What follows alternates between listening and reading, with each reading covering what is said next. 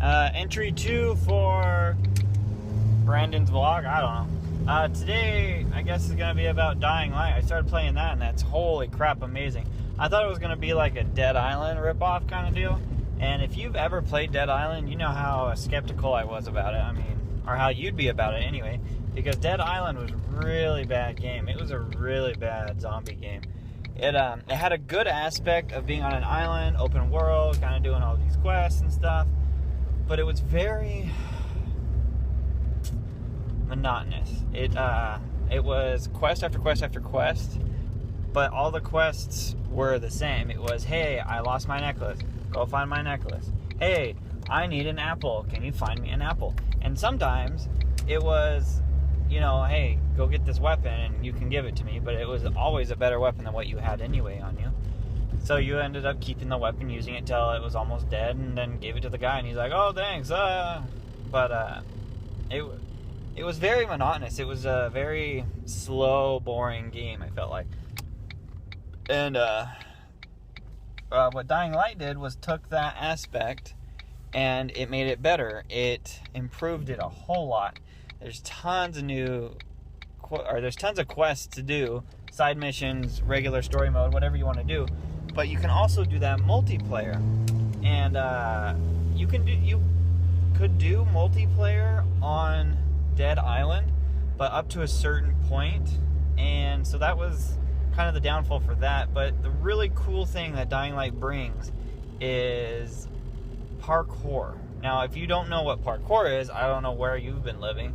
Obviously under a rock. But parkour is where you jump, run, roll, climb, just normal buildings and fences and structures. It's a fast-paced running game. I'm going to call it a game. But it's a sport now, and they have tournaments and stuff like that. They set up huge obstacles, and they're supposed to run around, grab onto bars, climb, do rolls, jump off of buildings and stuff like that. Anyway, they bring this into Dying Light, and it's really cool. I don't know if you guys have watched the trailers or gameplay of it, but really you need to watch something of it to understand what I mean for this. Watch a comparison video between Dead Island and Dying Light. That would be sweet. Maybe I'll put that up later this week or month or whatever. I don't know. Whenever I get time and whenever my computer decides not to crash on me. Yeah. So anyway, Dying Light brought the parkour aspect into zombie runs. And so one of the cool thing is also that the game has a daytime, nighttime. I know you can't see me because that's, sorry about the light, but that's a bright, sunny, shiny day today. But there's a daytime, nighttime transition, and the people warn you, hey, nighttime's going to come in like 3 hours. It's going to be officially nighttime. You need to get in. And what happens at nighttime is that normal zombies become more fiercer, more angrier, more volatile. But there's also these nightmare zombies that are just grotesque, and they chase you down, and one hit and half your health is taken out, and it's an insane zombie. It is a nightmare zombie. Definitely a nightmare zombie. I've been caught by one of those, and it was not good. It was terrible, dude. Fighting against those things is not an option. You have to run. There's no way you can get through those. Also, the other cool thing that you can do is you can create your own tools, kind of.